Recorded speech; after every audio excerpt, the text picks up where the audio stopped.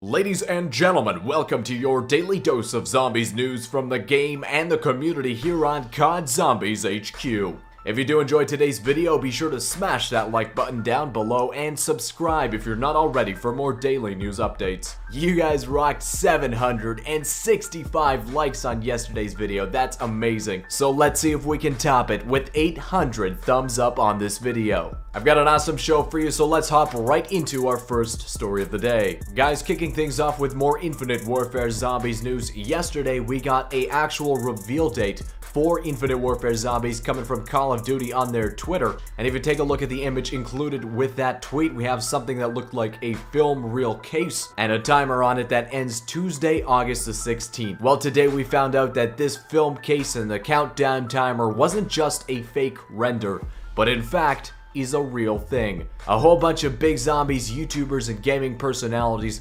actually received this film case direct from Infinity Ward. It's actually padlocked and has instructions that says that this case can't be opened until the timer runs out. And of course, when that timer runs out or before that time, hopefully they will get a code that will unlock the film case. Now, it gets more interesting, guys. This is a tweet from MC Sportshawk, a big zombies YouTuber and member of the Z House, where he actually took a picture of the rear of the film case. And what's very interesting is A, that it has a name, to the Z House, but under that it says number 15 out of 18, meaning there's only 18 of these film reel cases sent out, and because they're numbered, there is a possibility that their contents aren't all the same, that each one in there might very well be unique. A lot of people are saying that, it's a legit film reel, and people are gonna have to put the film reels together in order to get a clear, full picture. And I personally can't wait to see if they're right, to see what is inside those cases. But that's not all the Infinite Warfare Zombies news we got today.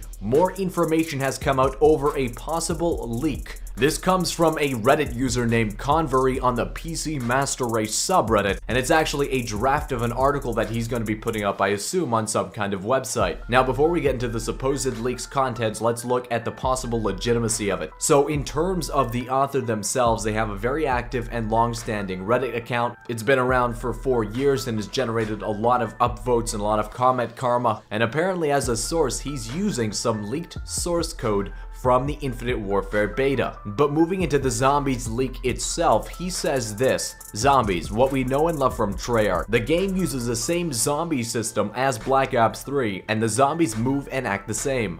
From what we have seen so far, it's set in the 1980s, and you explore a variety of maps. CP_ZMB seems to be a remake of Black Ops Kino der Toten, while CP_range and CP_rave, CP_range is believed to be similar to ZM_tomb from Black Ops 2, that's Origins. However, it's largely the same as we've seen it before, but Infinity Ward's variation of it. For example, you put your hand on a machine rather than drink to get the power up. I believe he's referring to a perk there. So again, to recap some major points, he says that there will be 3 maps coming out with the game. One of them will be a remake of Kino der Toten, while apparently the third is supposed to be similar to Origins. Now that second part seems very unbelievable. If they're gonna do remakes, why would they remake 2 different maps to ship with the game? That doesn't make much sense. But another thing, he says that it's supposed to be set in the 1980s.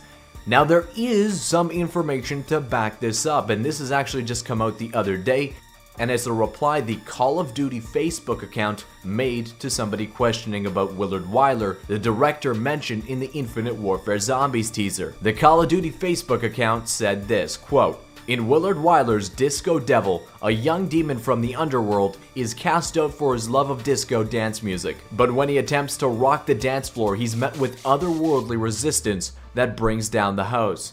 Written and directed by Willard Wyler, released June 13th, 1975. Now, if we add on top of that an official tweet made by the Call of Duty Twitter account yesterday where they said, years ago, the genius director slowly retreated behind the walls of his secluded studio, never to be seen again. So we know that this director kind of went into seclusion after 1975, and if we can assume that years ago, is between 5 and 10 years, that would place the supposed plot of Infinite Warfare Zombies smack dab in the 1980s. And this supposed leak also corroborates with other leaks that have stated that we will be getting a Kino der Toten remake, which was stated in one out of two other Infinite Warfare Zombies leaks we had. But something that was stated in every single Infinite Warfare Zombies supposed leak that we've had so far was the part that said that in order to get perks, we kind of inject it, we put our hand on the machine and it transfers the perk to us, rather than drinking a Perca-Cola like we've been used to in Treyarch's games. So that is the one major thing that's consistent across these supposed leaks. I'm not 100% sure that I buy this leak, but there's a whole bunch more information even about other game modes contained within this post, and I'll leave it down in the description for you to take a look. Now moving right on ahead to our second story of the day, guys. This is an update to the lead story we covered yesterday, and it has to do with the supposed coding found for the upgrade for the Gauntlet of Siegfried being found within the game files. Well, today a post went up on the COD Zombies subreddit from the code digger himself who discovered this possible upgrade with the title, "I am so sorry guys, I have a confession and it may disappoint you." And guys, in this post he actually says he confused the upgrade for the Gauntlet of Siegfried for the Dragon Strike upgrade. He goes on to say that he doesn't think that an upgrade for the Gauntlet exists within the code. He made an honest mistake, and I honestly believe the post he made yesterday. You can check the image that he actually posted down in the description, and it definitely does look like the code for a Gauntlet upgrade. But now he's reporting, and I'm also getting reports from other sources, that there is no Gauntlet of Siegfried upgrade in Gorod Krovi. But that being said, a YouTuber friend of mine named Just Another UK Gamer, you can find the link to his channel down in the description, be sure to show him some support, has actually looked through the code of Gorod Krovi himself and confirmed that there is a process to upgrade the monkey bombs. But he's told me that there's still more testing required in order to find out the exact steps. Now moving on to the third story of the day, guys. This was posted by a YouTube user named Sanadisk with the title, "Mob of the Dead Black Ops 2 Unused Richthofens Head Weapon Never Seen Before." Now guys, we've known about this model for a severed head that exists within the Mob of the Dead code for a while now, but we didn't know that it could be used as a weapon and has its own animations.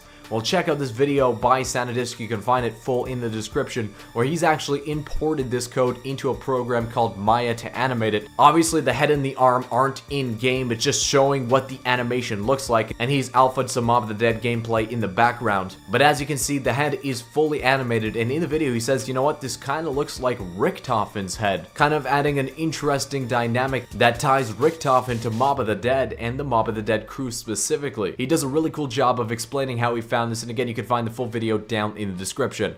Now, ending off today's news with our fourth story, guys. Today we got the trailer for Dempsey's Memories. I mean, it's a cool looking trailer. In it, we got to see a glimpse of the blood vials as well as the ghost of Dempsey 1.0, but it doesn't reveal a whole lot about what the blood vials are used to or give us really much hints at all. I know some people are theorizing that these memory segments kind of take place before DLC 4, before the final battle, and that possibly in that final battle our 2.0 versions of our 4 characters will be killed off. It's definitely an interesting theory though, and one that is pretty plausible. Now, an interesting little tidbit about this Memories trailer was posted on Reddit by Reddit user AlexIsDM86 with the title Dempsey Memories / Ascension Face Scars Comparison. And guys, as you can see in the image he posted, he's trying to compare the facial scars of Dempsey 1.0 from the trailer to the unknown mystery man from the first Strike poster. Now, there's always been theories that this person is in fact Dempsey, so now we get to kind of compare the scars between the two, and as you can see on the left side of the face,